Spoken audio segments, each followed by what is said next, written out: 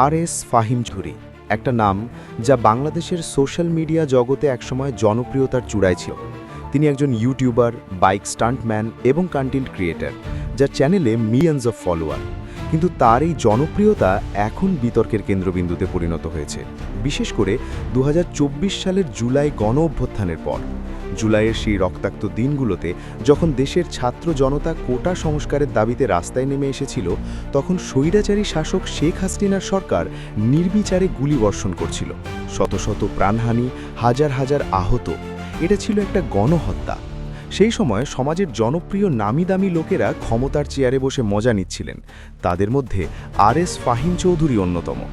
ফাহিম চৌধুরীকে অভিযুক্ত করা হয়েছে যে তিনি পূর্ব সরকারের সাথে ঘনিষ্ঠভাবে যুক্ত ছিলেন। বিশেষ করে আওয়ামী লীগের সদস্যরা তাকে এবং অন্যান্য ইনফ্লুয়েন্সারদের যেমন রাকিন আফসার, শান্তি রহমানকে প্রোপাগ্যান্ডা ভিডিও বানানোর জন্য টাকা অফার করেছিলেন, যাতে সরকারের পক্ষে জনমত তৈরি করা যায়।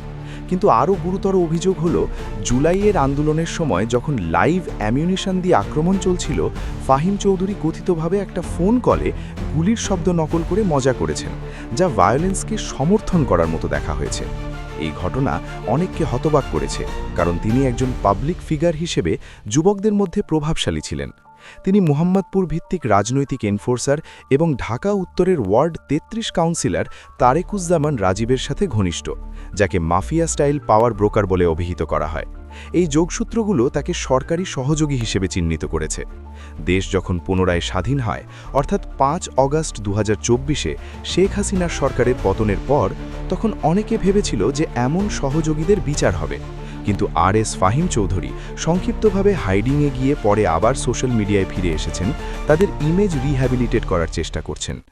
সাম্প্রতিককালে বিএনপি ক্ষমতায় আসার পর, যদিও ২০২৬ সালের নির্বাচনে ফাহিম চৌধুরী ঢাকায় ফিরে এসে ২০-৩০টা গাড়ির কনভয় নিয়ে রাস্তায় জাঁকজমকপূর্ণ শোডাউন দিয়েছেন, যা সোশ্যাল মিডিয়ায় ভাইরাল হয়েছে। এতে অনেকে প্রশ্ন তুলেছেন, আইন কেন চুপ? একজন যাকে খুনি বা সহযোগী বলে অভিযুক্ত করা হয়, তিনি কেন জেলে না থেকে রাস্তায় ঘুরছেন? পেছনে কোন শক্তি কাজ করছে? ফাহিমের ব্যাকগ্রাউন্ডে দেখা যায় তিনি প্রথমে বাইক ব্লগিং দিয়ে ফেমাস হন। তার চ্যানেলে স্টান্ট, অ্যাডভেঞ্চার এবং লাইফস্টাইল কন্টেন্ট থাকে, কিন্তু রাজনৈতিক যোগসূত্রের কারণে তিনি বিতর্কিত হয়ে ওঠেন। জুলাই আপরাইজিংয়ের পর পাবলিক ডিমান্ড উঠেছে যে তাকে তদন্ত করে গ্রেফতার করা হোক। তাওহিদ আফ্রিদির মতো ফাহিমকেও অভিযুক্ত করা হয়েছে যে তিনি ডিবি অফিসার হারুনের সাথে যুক্ত ছিলেন এবং প্রোপাগ্যান্ডা তৈরিতে সাহায্য করেছেন। ১ বছর পরও, অর্থাৎ ২০২৫ সালেও এই অভিযোগগুলোর কোনো বিচার হয়নি, যা অ্যাকাউন্টেবিলিটির প্রশ্ন তোলে। এই ঘটনা আমাদের মনে করিয়ে দেয় যে ক্ষমতার অপব্যবহার কিভাবে সমাজকে বিভক্ত করে।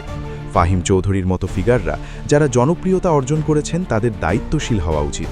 কিন্তু যখন তারা সহিংসতাকে সমর্থন করেন বা মজা করেন, তখন তা অসহনীয়। আজও অনেকে দাবি করছেন যে অন্তর্বর্তীকালীন সরকার এবং আইন শৃঙ্খলা বাহিনীকে এদের বিরুদ্ধে অ্যাকশন নিতে হবে, না হলে জুলাইয়ের শহীদদের রক্ত বৃথা যাবে।